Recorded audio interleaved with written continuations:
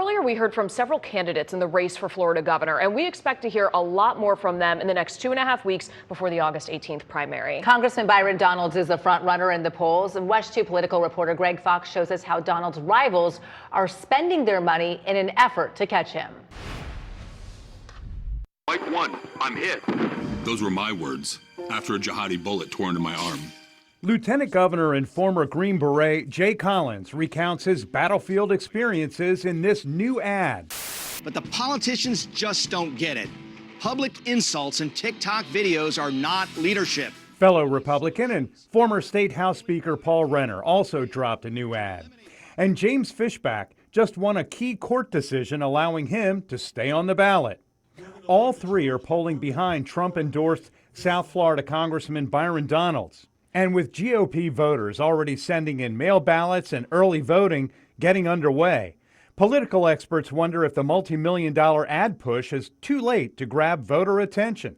It's never too late, but it's clearly an uphill battle to overtake Donalds at this point. USF political expert Susan McManus reminds us voters are just now tuning into the races, which could open the door for Fishback, Renner, and Collins to pull off an upset. So in terms of trying to generate last minute, okay, I kind of like this person and I'm going to vote after all, that's what you're really after right now. Which means the candidates are still after millions in campaign contributions, some from notable donors.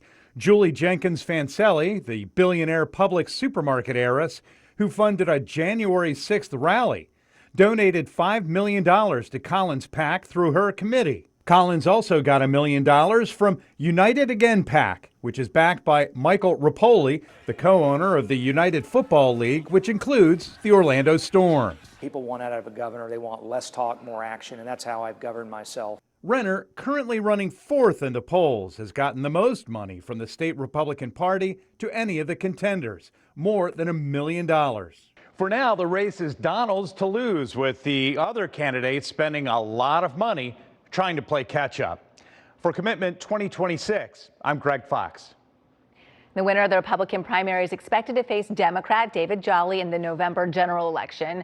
Jolly's already selected former Congresswoman Gwen Graham as his running